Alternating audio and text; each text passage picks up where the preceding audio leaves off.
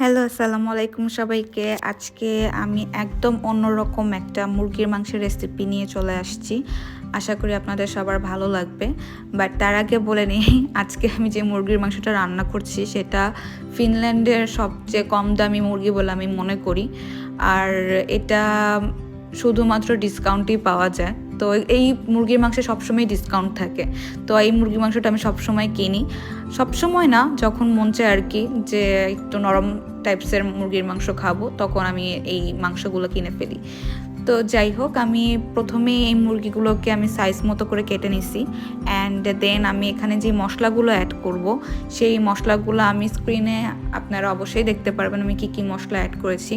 এখানে আমি একটা মিক্স মশলা অ্যাড করেছি, যার মধ্যে অনেকগুলো স্পাইসেস দেওয়া ছিল, আর এটা স্ক্রিনের উপরে উঠে যাবে। সো এটা হচ্ছে গিয়ে আমার সেই অন্যরকম মুরগির মাংসের রেসিপির মেইন জিনিস এটা। তো এটাকে আমি এখন তেলে ভেজে নিব, দুই পাশ ব্রাউন না হয়ে যাওয়ার পর্যন্ত। এখন আপনারা কি পরিমাণে ভাজবেন সেটা আপনাদের উপর ডিপেন্ড করে।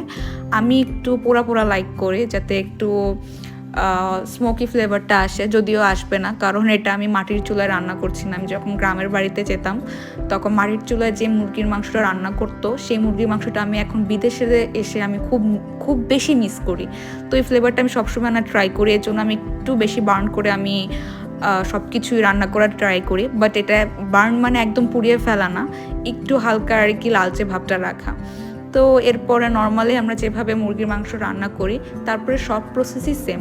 আমি এখানে রসুন কুচি আর পেঁয়াজ কুচি দিয়ে দিয়েছি। এটা ব্রাউন না হওয়া পর্যন্ত আমি এটাকে ভাজতে থাকবো। আর এরই মধ্যে আমি এখানে দিয়ে দিব এলাচ, দারচিনি, লবঙ্গ এবং তেজপাতা।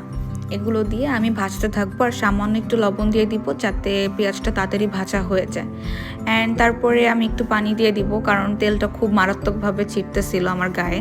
তো আমি এই জন্য আমি পানি দিয়ে দিয়েছি, এবং এরপরে আমি 1 টেবিল চামচ রসুন বাটা এবং 1/2 টেবিল চামচ আদা বাটা দিয়ে দিয়েছি। দিয়ে দেওয়ার পরে আমি এটাকে একটু কিছুক্ষণ জাল দিয়ে নিব, যাতে এই গন্ধটা চলে যায়। তো আমি এটাকে ভালো মতো নেড়ে চেড়ে আমি ঢাকনা দিয়ে ঢেকে দিব। অ্যান্ড তারপর আমি এখানে মরিচের গুঁড়া, হলুদের গুঁড়া, জিরার গুঁড়া আর ধনিয়ার গুঁড়া দিয়ে দিয়েছি। আর এটার পরিমাণ আপনারা স্ক্রিনে অবশ্যই দেখতে পারবেন। তো বলতে গেলে পুরো প্রসেস নর্মালি হচ্ছে গিয়ে পুরো প্রসেসটা ছিল, খালি হচ্ছে গিয়ে আমি যে মশলাটা দিয়ে মুরগির মাংসটা ভেজেছি সেটার মধ্যে হচ্ছে গিয়ে কিছু মেইন ইনগ্রিডিয়েন্টস ছিল। তো আমি একটু ট্রাই করেছি এটা একটু অন্যরকম করে রান্না করার জন্য। আর আপনারা এটা ট্রাই করে দেখলে আপনারা জাস্ট আঙ্গুল চেটে বুটে খাবেন, কারণ আমার হাজব্যান্ড এটা খুবই লাইক করেছে। আর এটা কিন্তু আসলে ডিপেন্ড করে আপনি মাংস কতটুকু কিভাবে ভাজছেন এবং কিভাবে কষাচ্ছেন। মাংস কষানোর উপর কিন্তু অনেক কিছু ডিপেন্ড করে। আমি অনেক সময় ধরে কিন্তু এই মাংসটা কষিয়েছি।